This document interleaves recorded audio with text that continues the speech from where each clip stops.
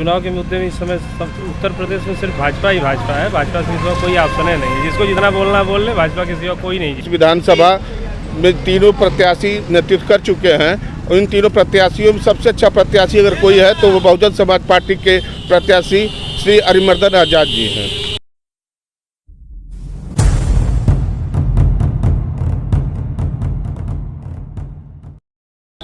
जनहित इंडिया से मैं प्रेम कुमार अपने चुनावी समर को आगे बढ़ाते हुए, आपका शुभ नाम? सोनू तिवारी। सोनू तिवारी जी। तो भैया जी, मैं ये जानना चाह रहा था कि इस बार लालगंज विधानसभा के लोग किस मुद्दे पर वोट करेंगे? देखिए, पहला तो लाइन ऑर्डर और विकास का मुद्दा, दो मुद्दा यहाँ पे है, और बेरोजगारी का, ये तीन मुद्दा है जिसके आधार पर लोग चुनाव लड़ रहे हैं।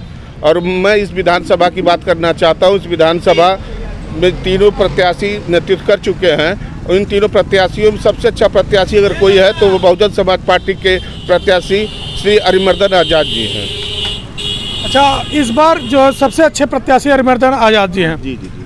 तो इस बार क्या लगता है, लालगंज की जनता उन्हें दोबारा सत्ता आसीन करेगी? निश्चित निश्चित। जो उनकी कार्यशैली रही है और बीच में कोरोना काल को जैसे थोड़ा उनका जो एक सांसद और विधायक की अगर निधि हटा दी जाए तो उससे आप क्या अपेक्षा कर सकते हैं। तो जो 2.5 साल थोड़ा उनका जो प्रभावित रहा है निधि, और बकिया उन्होंने हमारे गांव में भी कई सारे काम किए हैं, चाहे वो रोड का मुद्दा रहा हो, चाहे जो भी, अगर किसी का कैंसर का इलाज भी कराना हो तो भी मैं विधायक जी के यहाँ गया हो तो किसी जाति आधार पे वो नहीं लिखते थे, सीधा वो लिख देते थे कि नहीं, इनको लिखिए और उनकी मदद की जाए।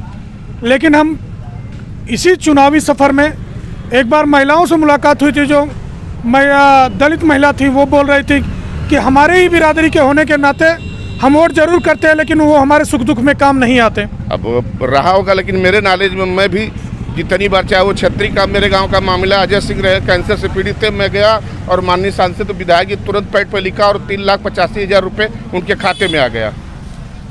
चलिए, आपसे मिलकर अच्छा लगा। भैया भैया, इस बार चुनावी मुद्दा क्या होगा? महंगाई पे सर। महंगाई होगा, सुरक्षा मुद्दा नहीं होगा? जी नहीं। यानी महंगाई आपको मार खा रही है, सुरक्षा की कोई टेंशन नहीं? जी नहीं। तो इस बार किसकी सरकार बना रहे हैं? क्या बहन मायावती जी।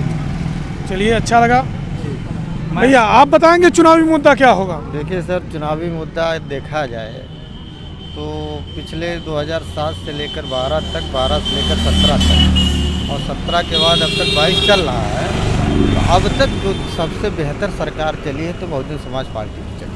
रही बात विकास की, अब जो वर्तमान सरकार चल रही है बीजेपी की, इसमें लूट, हत्या, बलात्कार, चोरी, डकैती, यानी एकदम भ्रष्ट सरकार जिसे कहते हैं। लेकिन लोग तो कह रहे हैं शासन के मायने में सबसे मजबूत सरकार मैं है। आपको एक चीज़ बता देना चाहता हूँ। देखिए, धर्म से ऊपर आप जब उठकर विकास की तरफ जाएंगे तब तो दिखाई देगा। धर्म का चश्मा उतारिए। लेकिन लोग तो ये भी कहते हैं कि सुश्री बहन जी मायावती जी सिर्फ एक जाति विशेष पर ध्यान देती हैं। अच्छा, आप ये बताइए, जब बहन जी ने 1,08,700 कुछ वैकेंसी सफाई कर्मी की निकाली, तो आप ही बताइए, आप जाकर पता कर लीजिए गाँव में, क्या चमार समाज के लोग या SC समाज के लोग ही सफाई कर्मी हैं?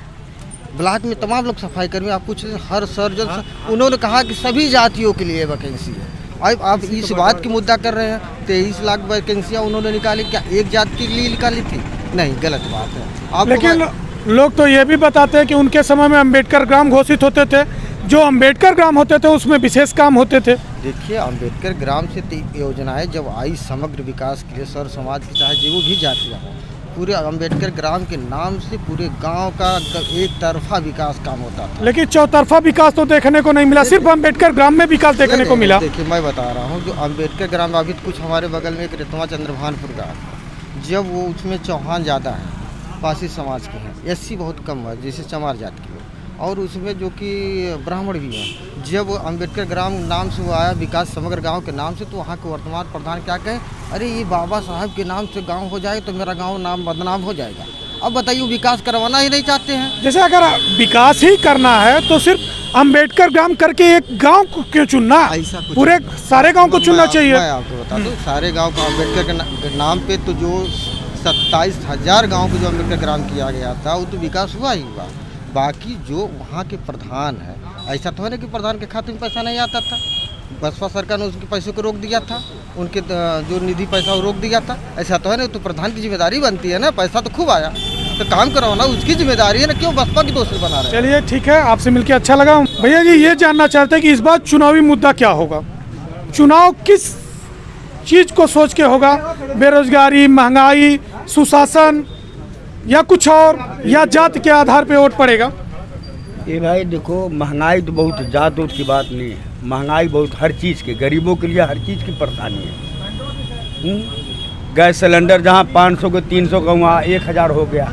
हाँ, ये कोई गरीब आदमी क्या करेगा बेचारा? हर चीज़ की तो महंगाई बढ़ा रहे हैं, दाल इतनी महंगी हो गई, हर चीज़ को तो बढ़ा रहे हैं, क्या करें? 200 की चीज़ जो है, 200 आदमी मजदूरी करने वाला है, अब वो 500 कहाँ से पाएगा बेचारा? तो इस बार किसको चुनाव में विजयी बनाना है?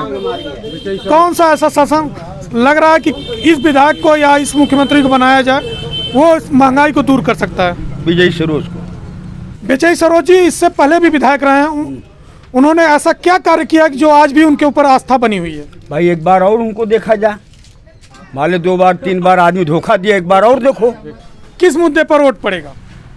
महंगाई ज़्यादा है, गैस सिलेंडर जो 600-700 का मिलता रहा, आज 1000 से ऊपर लग रहा है, जनता परेशान है। तो पहले तो लोगों के पास सिलेंडर ही नहीं होता था। हाँ। सरकार बोल रही है हमने निःशुल्क सिलेंडर बंटवाया, तब तो सबके पास सिलेंडर हुआ। नहीं, सबका सिलेंडर तो हम अपने मोदी जी कहाँ सिलेंडर दिए, हमारे पास उज्ज्वला योजना के तहत जो है सरकार ने बहुत सी महिलाओं को फ्री सिलेंडर दिया। हाँ, फ्री दिया, जिसको दिया कि नहीं, हमारे पास लाल कार्ड है, BPL कार्ड है, हमको फार्म भरे नहीं आया। इसके लिए तो आप अपने ग्राम प्रधान से मिलिए ना। भैया जी नमस्कार, सर्वप्रथम ये बताइए कि इस बार चुनाव का मुद्दा क्या होगा? चुनाव का मुद्दा विकास है, चुनाव के मुद्दे में राम मंदिर है, चुनाव के मुद्दे में इस समय उत्तर प्रदेश में सिर्फ भाजपा ही भाजपा है, भाजपा के सिवा कोई ऑप्शन नहीं है, जिसको जितना बोलना बोल ले, भाजपा के सिवा कोई नहीं जीते। अभी आपके सामने ही भैया जी बोल रहे थे कि विजय सरोज जी विजयी होंगे। वो विजयी तो थे 2012 में, भैया का लड़का कड़वा क्यों नहीं बन गया बता रहे हैं? तब भी तो वो विधायक थे, क्यों कट गया? क्यों उनका विकास हो गया होता, भाई मिल गया होता उनको पक्का मकान या जो भी चीज़ें हैं, जितना पक्का मकान ये यूपी में मिला है माननीय योगी जी के नेतृत्व में, और किसी सरकार में नहीं मिला जितना पक्का मकान। पेंशन मिल रही है, 1000 रुपये पेंशन मिली, 2000 प्रधानमंत्री जी दे रहे हैं, सब तो महीने में 2 बार राशन मिल रहा है। क्या चाहिए जनता को, इससे ज़्यादा क्या चाहिए? किसी लोग कह रहे हैं इस सरकार में किसान परेशान है। कोई परेशान नहीं है, जो लोग अपना दलाली नहीं चला पा रहे हैं, जो लोग अपना सिक्का नहीं बैठा पा रहे हैं, वही ज़्यादा परेशान। लोग तो कह रहे हैं कि साढ़ पूरी फसल खा जा रहा है। कोई साढ़ फसल नहीं खा रहा है, लोग साढ़ खा रहे हैं तो वो सही था, अब फसल खा रहा है तो अरे साढ़ किसका है? हमारा ही आपका है ना, क्यों छोड़ रहे हैं? जिम्मेदारी से उसको, अगर लड़का बड़ा हो जाए तो उसको छोड़ देंगे? अरे उसका गाय का दूध खा रहे हैं तो अगर नहीं उसको पाल पा रहे हैं तो रखिए, अपने घर पर रखिए, क्यों फिर गाय जिलाना बंद करिए। चलिए आपसे मिलकर अच्छा लगा।